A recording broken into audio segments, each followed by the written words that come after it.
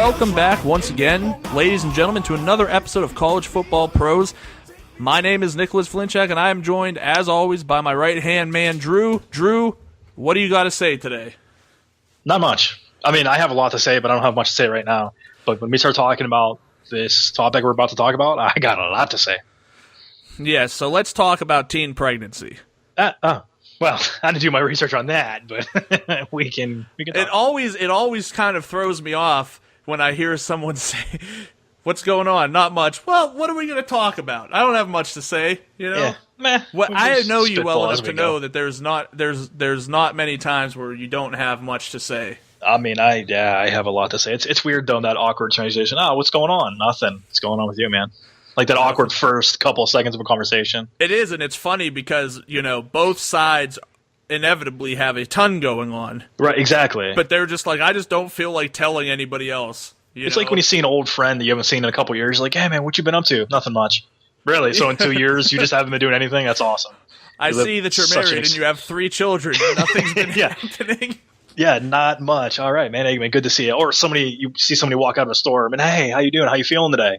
I'm good. Yeah, I mean, I'm not gonna have a full conversation like coming out of like a giant eagle. You know what I mean? You know what? I'll tell you the truth though. Sometimes when people stop me and talk to me, because I know a lot of people from the various walks of life that I've been in, and especially because of where I work, I constantly see those same people from a variety of walks of life.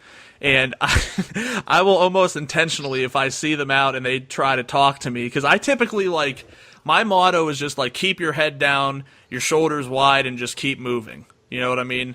I'm always going somewhere. I'm not walking around just because it's a nice day. I don't have time for that true. yet. I haven't got to that point in my life where I can do that. Yeah, we're not 65 and just studying college football 24/7. Yeah. Well, I'm hoping that to be the case by the time I'm 35. So I hope that's the case next year. Yeah. Yeah. But I'll see people and they'll run into me and be like, "Oh, what's up?" And I'll just laundry list. I'll stand there and make them really, really question why they stopped to talk to me. Right. They never talk to me the again. next time I see them, they're like, "Oh, hey, Nick, nice to see you." They know that it's better to just Don't not ask a question. Right. So it's funny. That's always fun, and it's exciting right now because we're now most teams, if not all teams, have kind of opened up their camps and have started to do work, and we've been hit with a multitude of news bits day in and day out, hour in and hour out. We've obviously seen the Oregon going from I don't like the term dynasty because I think you have to it has to be more elongated. But at the same time in college football, is that true? I mean, I think the word dynasty gets thrown around a lot. I think to be a dynasty, you have to be like a San Antonio Spurs. It seemed like that. It seemed even like the Bills of the early 90s in the NFL. So the Patriots, though, the Patriots for the most part since the mid 90s, haven't they been a pretty 2001, 2001. Because when Bledsoe got hurt and I mean, I know that, but didn't they go to the playoffs or didn't they go to the Super Bowl with Bledsoe without Brady? Was one of the Green Bay wins against a New England team?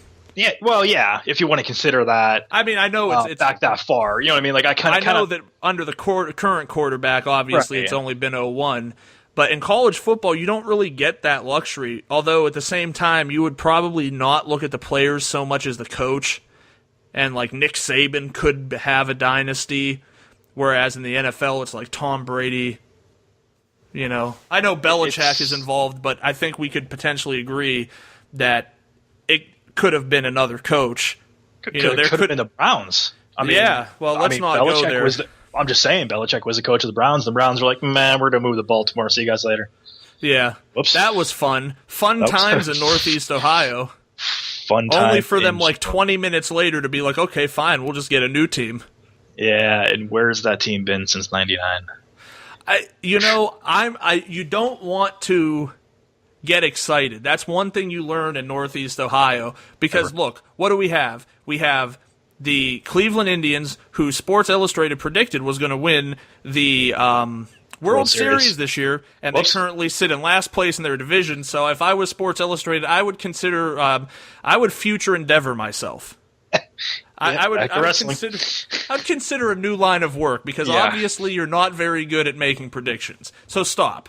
Then you have the Cleveland Cavaliers who had a good. It seems like they're just like a bouncy ball. You know what I mean? Like a basketball. Oh my gosh, dude! Wow, that was just like my mind exploded when you said that. Interesting.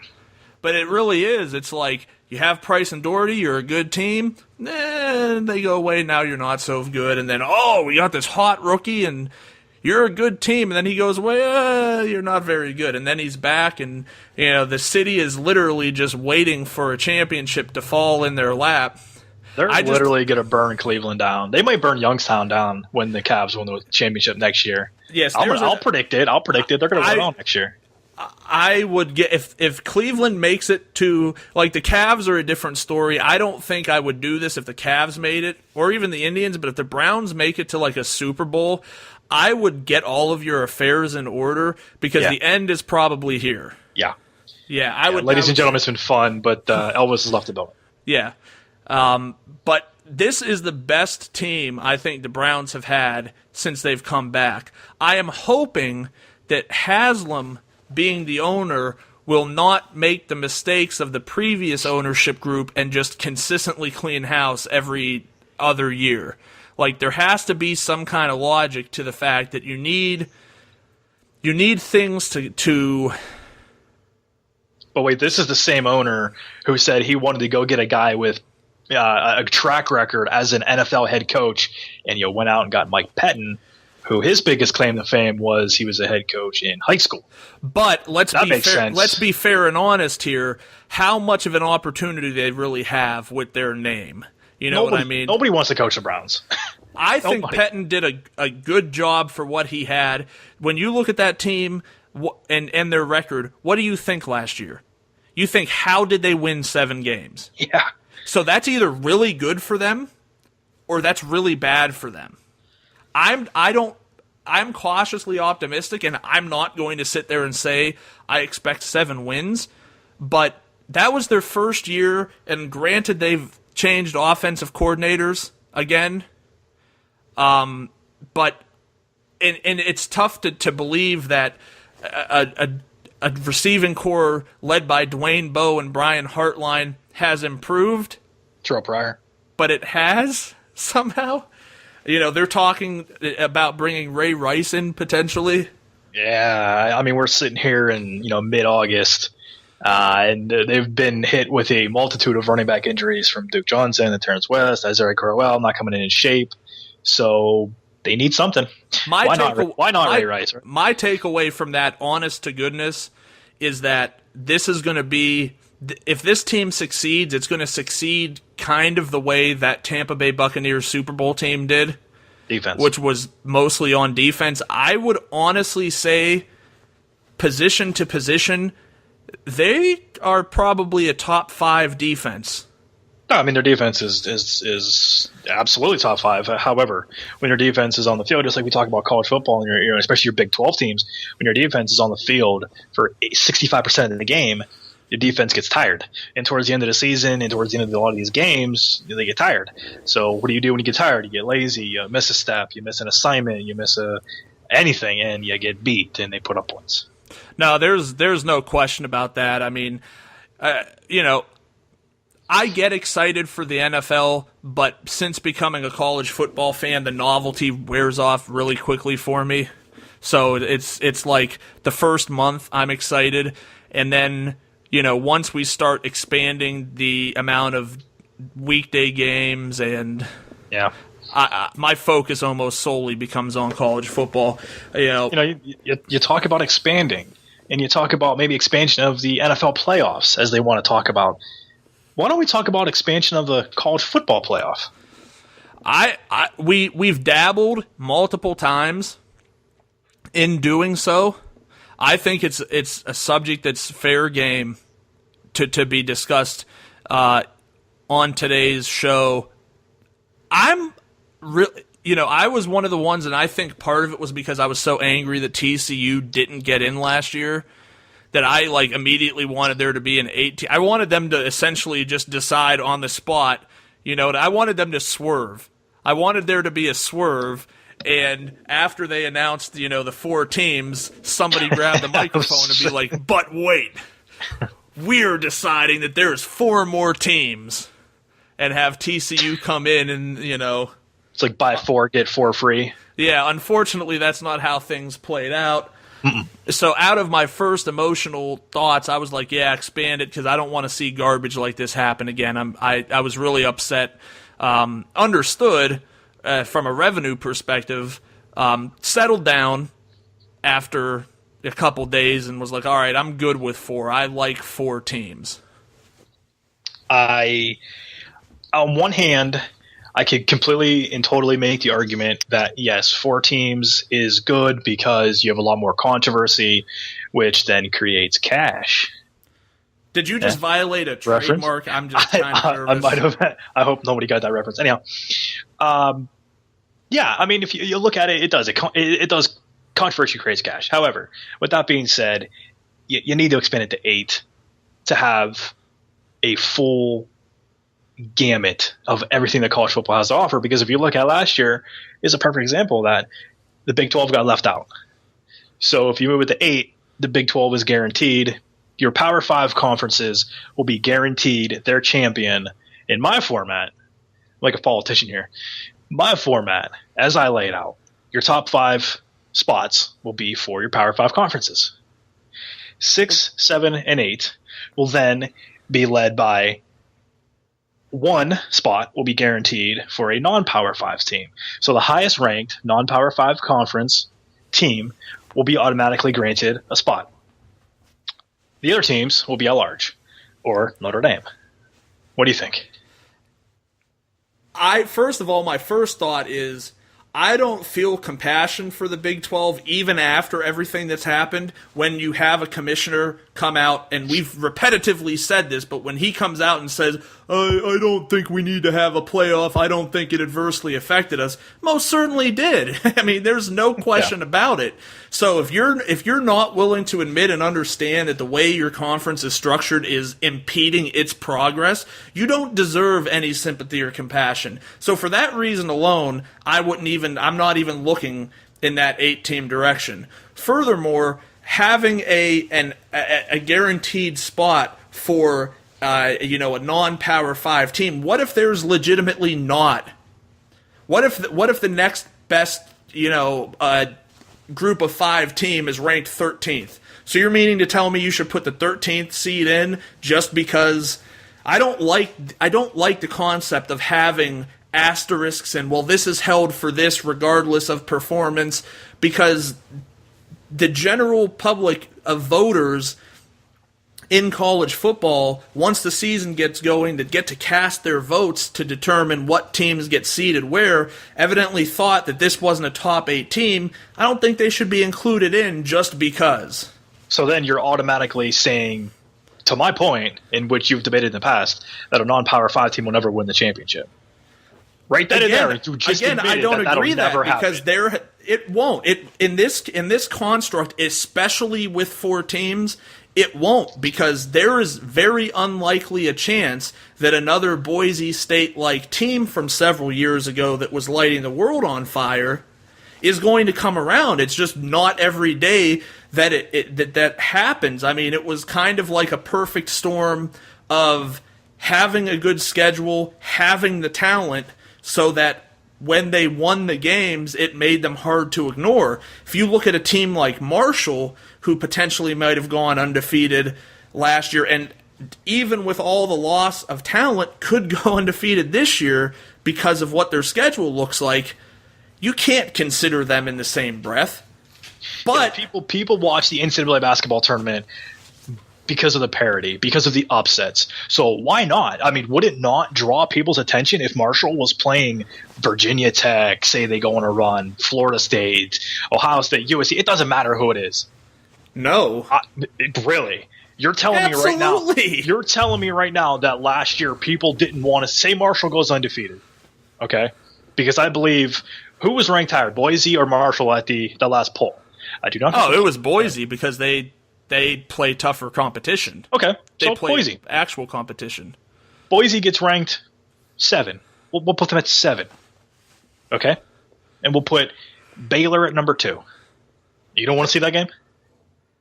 Yeah, I do, but it's not. People want to see parity. People want to see the underdog. People want to see that. Just like Ohio State, you called them the underdog a couple podcasts ago. You called Ohio State an underdog because people could get behind them. People could get behind the non-Power 5 team because it'll never happen. So why not let it see what happens? Why not? I love the rosy outlook, but from all... It's not a rosy outlook. It's the outlook of a lot of college football fans. But it isn't, because there's no saturation with those group of 5 teams whatsoever. No, you're wrong. In this situation, wrong, because there was 43 bowl games. If people all they wanted to see was the Power 5 teams, there wouldn't be 43 freaking bowl games. Again, that's 7. Where you're wrong. The fact of the matter it's not is wrong. The it's bowl stats. system. Look at the bowl system is very similar to the NCAA March Madness tournament. Nobody cares what teams are in that. Are you kidding me? There are very few people in terms of the scope that March Madness generates that follow college basketball until March Madness. And they're just watching games, and they're just trying to pick teams off of little tidbits that the local news writer or whatever Yahoo spit out at them. And they don't actually have an investment. It's about ratings and advertising. So just to that point, people watch it to watch it. So people will watch the bowl system. People will watch this Final Four, the Final 8, whatever it might be. People will watch because, hey, they have polls. Hey, they have this, they have that. They're going to watch it because of that. And then what does that draw on? That draws in advertisers. Those buy rates were inflated last year because Alabama and Oregon and Ohio State and Florida State, for that matter, they're all big football schools. Boise State isn't. Marshall isn't. You put Marshall against Baylor, they're not getting near the viewership that Ohio State, Alabama, Ohio State, Oregon, FSU were. That's what the big difference is. People want to see the big names. That's why all you had to do was watch ESPN's college football preview last night. And, they're talking about what a great scenario it would be if Alabama, Ohio State, Texas, and Oklahoma were somehow able to all get into the conference or the college football playoffs. Why? Because of names. Doesn't have anything to do with the talent on the team. Doesn't matter how good it is. All that they care about is what the name says, the name value behind it. And what would happen doesn't if you have a expanded name that value. to 4? If you expanded that 4 more teams and added the little unknowns of this, you would just have more drama, you would have more controversy, and you would have a lot of better things going on. You're looking at it from a complete college football fan's perspective. And I don't disagree with you if that's the perspective you're coming from. Yes, I'd love that the 8th team, if it was Boise State, somehow came in and knocked everybody off and ended up winning the championship game. But the fact of the matter is, I don't represent the average college football fan. You don't represent the average college football fan. That's the issue. My dad doesn't want to see Boise State if he can see Alabama. My dad doesn't want to see Marshall if he could watch Ohio State. And by scenario, you would be playing those teams. That's what I'm saying. They want to see Ohio State play Alabama. They don't want to see Ohio State play Boise State. Mountain West fans, West Coasters, homers, people who are really, in-depth college football fans. That's what they want. Those are the type of people who would gravitate, but you're talking about a segment. We could relate this to professional wrestling. This is what we know. Why isn't Ring of Honor, that's arguably the best promotion potentially in the United States in terms of actual physical athleticism and what their show looks like, why are people not watching it to the degree of the WWE? Because there's no market behind it. There's no perception is reality. Okay, the WWE's perception is that they're the show in town, even if they're not presenting the best wrestlers on a week-to-week basis. Okay, so I'm going to debunk your theory real fast and prove your false statement right now. You look at the WWE in this time, and we'll talk wrestling for 30 seconds. We'll get back to college football because I'm going to equate it back to college football. The world champion right now is Seth Rollins, cut his teeth in Ring of Honor. Daniel Bryan, cut his teeth in Ring of Honor. So if you give a team like Boise State a chance, and just like you talked about if you would have moved North Dakota State up to the Big 12, whatever it might be, you said the recruiting would get better because perception is reality. If you let a Boise State in, if you let a Marshall in, if you let a team from the Sun Belt in, perception then becomes reality. Recruits will then look at this school, and this school will go from the little team that could in Boise State, and they're going to be ranked in number 5 in the nation because perception is reality. Well, not only did you just, completely support my opinion, but you also contradicted yourself. I didn't at all. Your posture in that episode was that they wouldn't want to go to an North Dakota State in a division where they wouldn't be able to compete, when they could go to a North Dakota State that's in an FCS atmosphere. And in my theory, they would be able to compete. But let me ask you this question. Okay, Rollins, Owens, all these guys came from Ring of Honor. So why isn't Ring of Honor in the position the WWE's in right now? Because they've lost what you're Well, that doesn't matter, though. You told me by what you said that by transitive properties that these guys all came from Ring of Honor, that Ring of Honor should be the one getting noticed, but it's the WWE that's getting noticed for having these guys. You see my point here? That's not the WWE rub isn't making people go, oh, Ring of Honor, sweet, let me watch this. It's really not happening, or else they'd be growing exponentially. And while there is growth happening, it's not to the level that your theory would support. In my argument with college football, it would, because in Ring of Honor wrestling, you're looking for 1 or 2 guys. In college football, you're looking at 5, 7, 10, 12 guys recruiting. So if you let a Boise State in consistently, if you let a team Marshall in consistently, and you gave these guys an opportunity, what does Vince always say? We'll give you opportunity. And this is, in my format, this is what it would do. Because you could be the highest ranked non-Power 5 team and get in and then be given a chance. Where in this format, in your theory here, they'll never get a chance. Yeah, and people will want to see that, because people every year will then be looking at the mid-majors going, who is it going to be this year? Who's going to be that number 8 team? Who's going to be the number 7 team? Who's it going to be? And it's going to draw eyeballs to those conferences.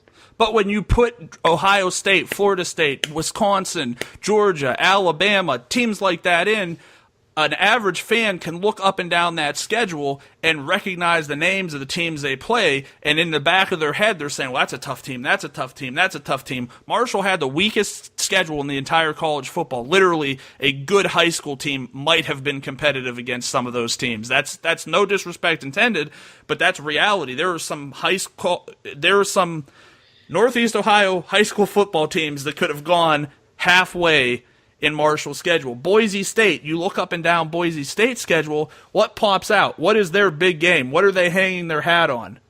There's literally, you're looking at all West Coast teams, and you're not really looking at any teams that really inspire a ton of confidence. Idaho State, Hawaii, Colorado State, these are teams. Boise State is the namesake in this whole group. And what has happened to their visibility since they had their hot run? You know what I mean?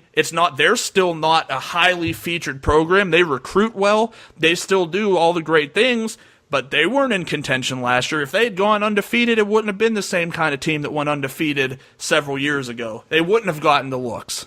I mean, you can't compare eras. You can't compare years, especially in college football. Because but this was a team that was ranked 2, maybe even 1 at one point, this Boise State team. They are the exception to the rule, so you kind of can look at it and say this is the only team that's ever been in that position where they kind of broke the glass ceiling of these other group of 5 teams, Notre Dame ultimately not being included. So there's a legitimate argument there that, like, is the best group of 5 team, is there a ceiling there? Is it like, okay, we're going to let them get to, like 10 or 12? I just don't see forcing them into it just so that they could increase visibility. It's what you're going to do is you're just going to run into another situation where there's going to be 8 really good Power 5 teams, and somebody has to say no to them because we have to include the other guys. So my thought is, does there just need to be a complete split? What a segue. What a segue right there. Yeah, I mean, in my opinion, that because this 8-team playoff will never happen, it is just all theories and hypothetical speak. But let's talk about that real quick. I'm a little bit confused because half the time it's made to sound like that it's a contractual issue that keeps. It is. Because they went into this agreement with certain networks and certain organizations that it's for 2025, I believe. So we're talking 9 more college football 12 playoffs. years. Yeah, 12 years. Oh, that's what it was? Okay, so we're talking 11 more Yeah. college football playoffs, if that is true, because half the time that's what I hear, then the other half makes it sound like they can amend it, and tomorrow, if they feel like it, we could do an 8-team playoff. I think if you look at a scenario like the Notre Dame of this year, because they're an independent, and because I think me and you are both in agreement that of the independents, they're the best case scenario to take down the top 4 spots. So in that situation, if you have a Notre Dame in there, and then you have an undefeated Ohio State, you have an undefeated TCU, and you have an undefeated USC, and you have a 1-loss SEC team, it's going to take something like that.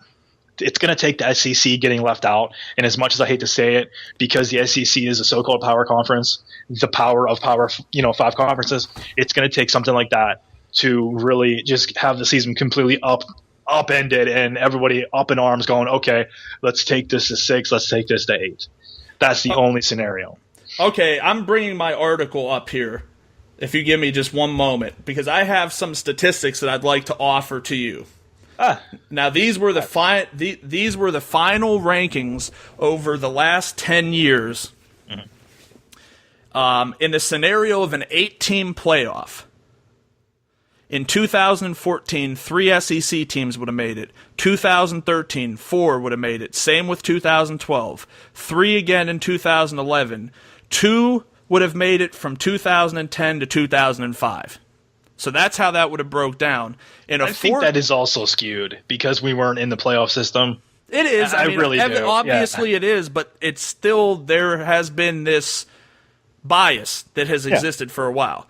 In a 4-team playoff scenario, every year there would have been an SEC representative except 2005, with 1 in 2014, 2 in 2013, 1 in 12, 2 in 11, 1 in 10, 2 in 9, 1 in 8, 2 in 7, and 2 in 6.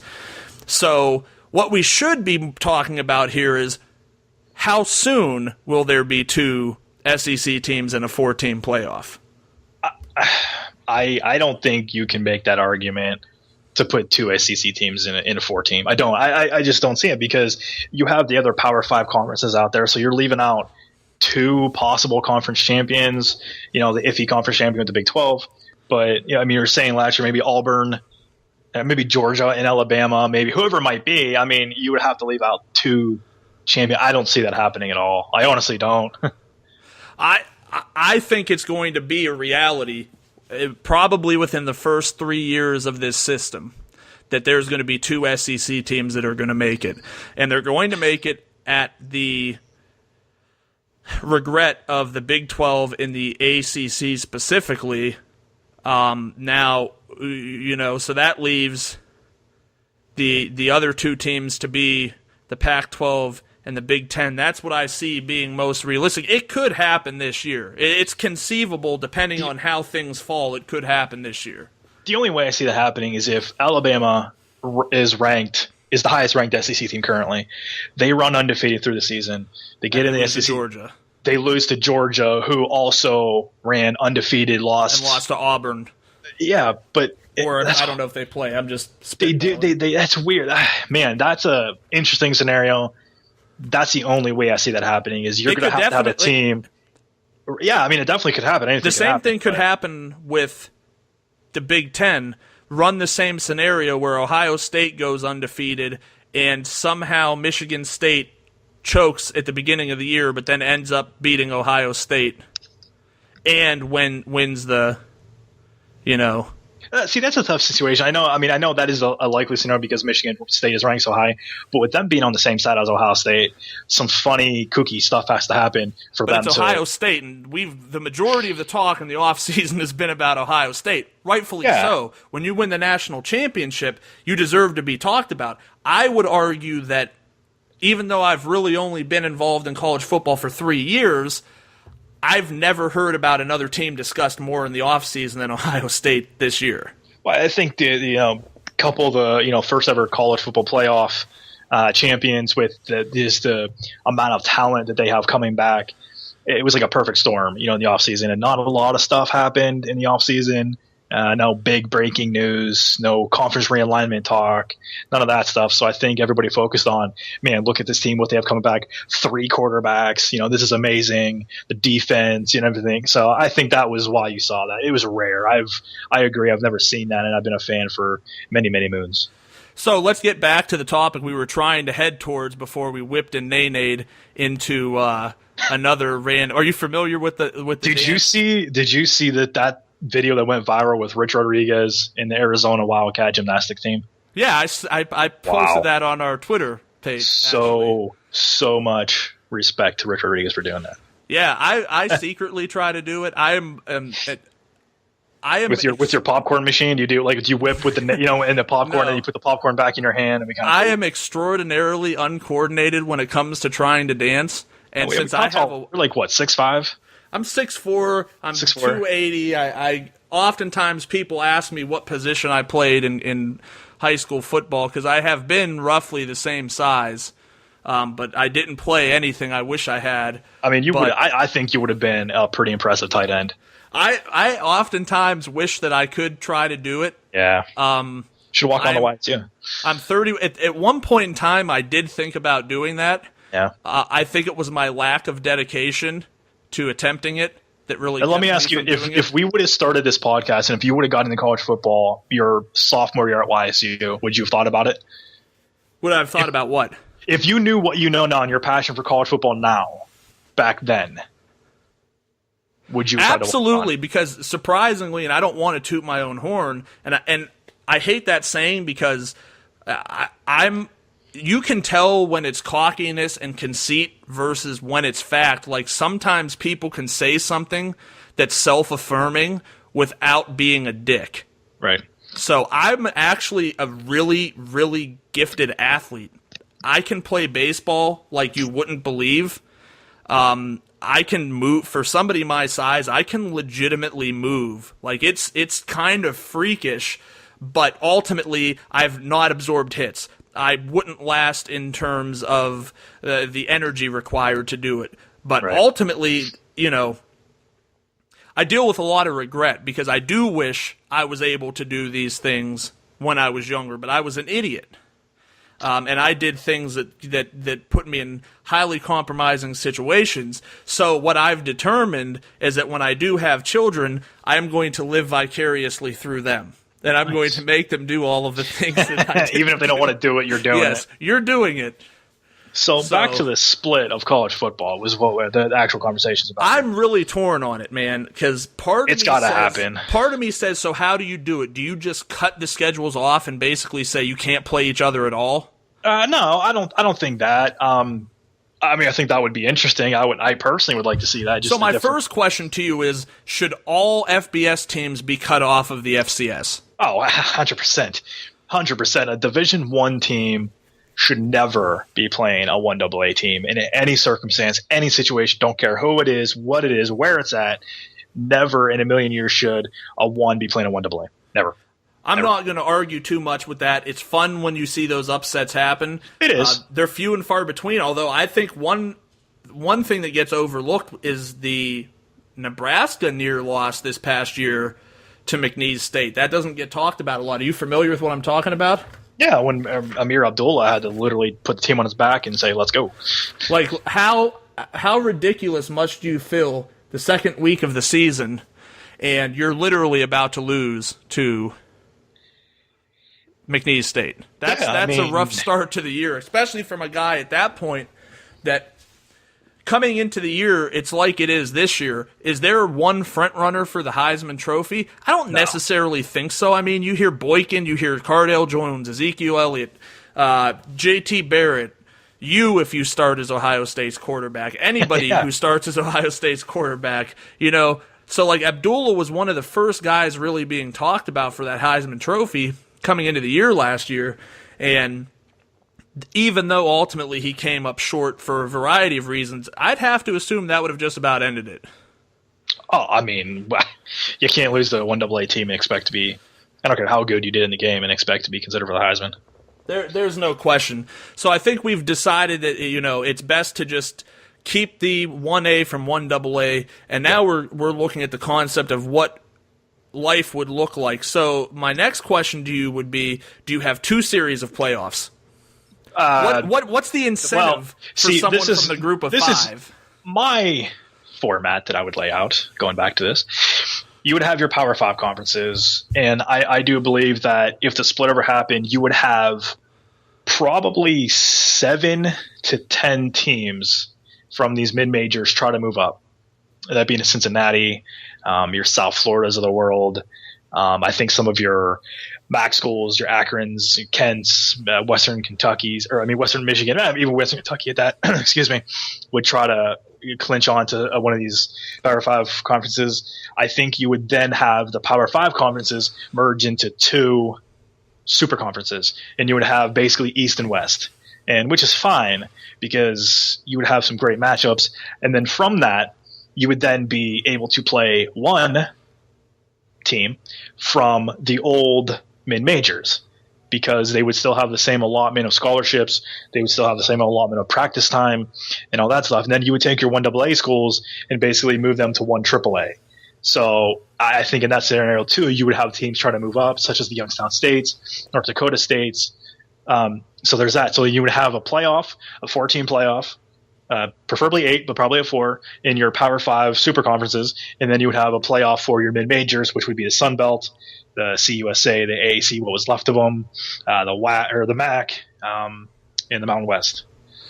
Well, that certainly was one interesting take on it, and ultimately, thankfully, it'll never, ever, ever, ever, ever, ever happen. Nor would I ever vote for you in office if you're coming up with political platforms like this, with all due respect. I mean, that's a scenario I've seen either, but I mean, and very honestly, that's a scenario that's been talked about for the past couple of years. There's so many moving pieces with that. But 100%, yeah.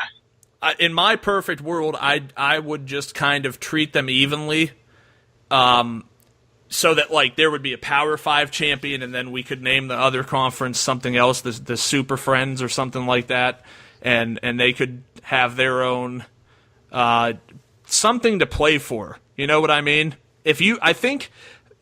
Would you agree that if there wasn't some ultimate prize to play for, that college football in any sport you look at kind of takes a little bit of a step back? Yeah, I mean, there has to be a purpose. You have to be working towards something. Because this is what I don't understand with these mid-majors as to why they don't talk about seriously breaking away from the Power 5, because they literally have nothing to play for. You're playing for the Poinsettia Bowl. You're playing for the Belk Bowl. I mean, what are you really playing for? You're playing to go to a bowl game, and your bowl game is your championship. So what incentive – if I'm doing that, if I'm a recruit, I'm going to go to a Power 5 school and ride the bench, play special teams, possibly win a title. Yeah, but I think that currently goes on right now, where there are just flat out some people who would rather sit on the bench at Alabama than go to a Kent State. I think ultimately, so not split. Well, here's the reason: because ultimately the NCAA as a whole. So what's what becomes of the visibility for those group of 5 teams? Like that's the problem. I'm glad you asked that, because in this situation, which has been talked about numerous times, and the Power 5 ADs and conference commissioners just had a meeting on this earlier this year about breaking away from the corrupt NCAA and the joke of an organization that is, because it is a joke. So there would be no body governing. They would govern their own. There would be a governing body of conference commissioners, ADs, presidents from the schools that broke away. But still, the issue would become that you would assume that the networks would want to feature the big show in town, as opposed to they would take everybody with them. They would take the sponsors, the networks, everybody with them. I mean, do you really think the sponsors and networks will stay back with the NCAA? No, but what I'm saying is it doesn't do anything. It doesn't do good for the smaller teams and the smaller markets. Because what would happen is that people want to see, we just finished discussing how we're in agreement that people want to see Alabama and Ohio State more than, Western Kentucky and Toledo, all due respect to them. So what would cause a network to want to put more emphasis on the quote-unquote lesser teams than to try to just cover some of the lesser teams in the bigger Power 5 conferences? Right. two things there. A, that's where I would say you would see a lot of teams try to latch on to these Power 5 conferences. However, in that aspect, whether you want to believe it or not, people love the oddball teams where there's no dog in a fight, where these midweek games in the Sun Belt, the ratings, they wouldn't be on TV if the ratings weren't great. You look on a Saturday, you look at your off-the-wall networks, your off-the-wall stuff, they're having Harvard and Colgate. You have Idaho State playing whoever they're playing. You have these games everywhere because college football, the at-home experience is so great. And the ratings are so disgustingly absurd and high that no matter what college football game you put on, you're getting eyeballs on that game. So, but the point and an instant almost rejection to that theory would be, so the Power 5 conferences will get power hungry and want the money. That's just the reality that exists. Those with reality money it is now. So what I'm saying is there's not going to be a need for the Sun Belt to play Thursday night games if the Pac-12 decides, you know what, I want more piece of this money, so we're gonna put our guys out there and run them thinner so that we could have a bigger overall piece of the pie. And any network that's broadcasting the MAC and the Sun Belt are going to look at that opportunity and say, do we want to showcase quote unquote the best of the best, or do we want to showcase quote unquote the rest of the best? That doesn't matter, though. That's what I'm saying. You can do that now. The Pac-12 does that on Fridays. So in that scenario, they do it on Fridays. But what happens is it with so the somebody NCAA else picks them up. Body can kind of keep that from happening and say, no, don't infringe on. No, they don't. Are you kidding? No, they don't. The NCAA does not govern that at all. If the Pac-12 and their commissioner went to ESPN and said we want to play Wednesday night, they're playing Wednesday night. Come on, man. The NCAA does not care and does not govern that. But you don't think there's the NCAA doesn't, in their greediness, they're going to want to make sure to try to keep things in order because what becomes attainable to the Pac-12 and these other teams is having an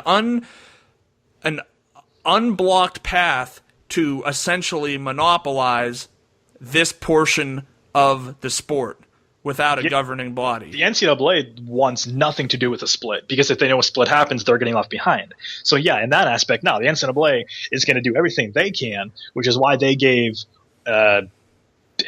basically all power to the conference commissioners to pay their athletes, to pay for trips, to pay for all this stuff, because they're afraid they're going to split. So in that aspect, that's what's going to happen. And it's what you said before about, if the Pac-12 goes to weekday games, so another channel picks up the Sun Belt or MAC or whatever it might be. Right, but that's going to come at a loss of revenue for that conference because ESPN. Of course it is. That's why you're going to want to move up to the Pac-12. But that's what I'm saying. The Pac-12 isn't just going to say, sure, we'll take as many teams on, because what you end up getting again then is if any team can just move up, then you're just going to have 5 conferences with 24 teams in them as opposed to 5 conferences with 12 teams in them.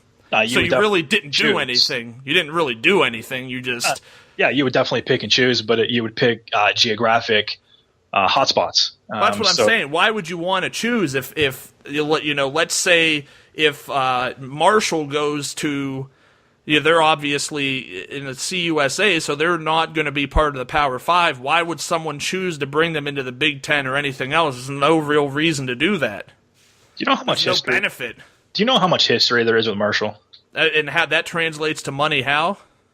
People want to see Marshall good again. Marshall's been good. No. Marshall, I know you're kind of new to this whole college football thing, but Marshall had a very tragic accident in the 70s. No, I know. They made a movie about that. Absolutely, and the movie is true, and that team was a powerhouse. I mean, Marshall was a powerhouse. Right, but it's not the 70s anymore. People want that, though. So if they go to this and you bring them into the Big Ten, why not? Why Boise would go to the Pac-12? So you would have these teams to come up because it draws interest and it's intrigue. Right. So what you're saying is the only realistic situation. Your presentation, I don't think it's going to happen, but that's the only way it can happen. Essentially, is if you basically merge half of the one, or let's say a quarter of 1A and 3/4 of 1AA and send the rest of that down to Division III, and create these 5 super conferences or 2 super conferences that have 30 teams each in it or 45 teams each in it. I mean, you could look at it that way. I don't think. I mean, I think if they do split, you're going to have say you split it up by regions. You have Northwest, West, Midwest, Southeast, and Northeast, whatever it might be. I don't really care how you describe it, but you would have probably 7 to 10 teams would jump up and latch on. I don't know who those teams would be. Maybe it's 5. I don't know. But you would definitely have teams that want to move up to these Power 5 conferences, and you would have Power 5 conferences accept them with open arms. That's all I'm saying. Well, I think it would be an interesting scenario to happen, and hey, all either of us could do right now is talk about what we think can happen, and we can hold strong opinions to it. Ultimately, we could both end up being right. We could both end up being wrong. Ultimately, it's just hypothesis right now. But regardless of the situation, we've seen over the last, I'm not even going to say over the last, but in the history of college football, it's undulating. It's constantly changing. Conferences come, conferences go. There's teams that consistently move to conferences. So we know without a shadow of a doubt there is going to be more movement. There's going to be more jostling. There's going to be more big moves made in terms of conference structure than ever before now that this college football playoff is here and it's here to stay. So it'll make for exciting years coming up. Yeah, I agree. I mean, I don't see any of this happening within the next probably 5 years, but I do think that you're going to start to see more and more discussions about it because of the money and because of everything else that's going on. So I really do. Well, if anyone wants to talk to you about your opinions, where can they find you? They can always find me on Twitter at CFBProsDrew. And if they can want to talk to you for any reason, where will they find you? They can find me at CFBPros on Twitter, College Football Pros on Facebook, and www.cfbpros.com on the internet. Join us tomorrow when we talk about Notre Dame and the rest of the independents.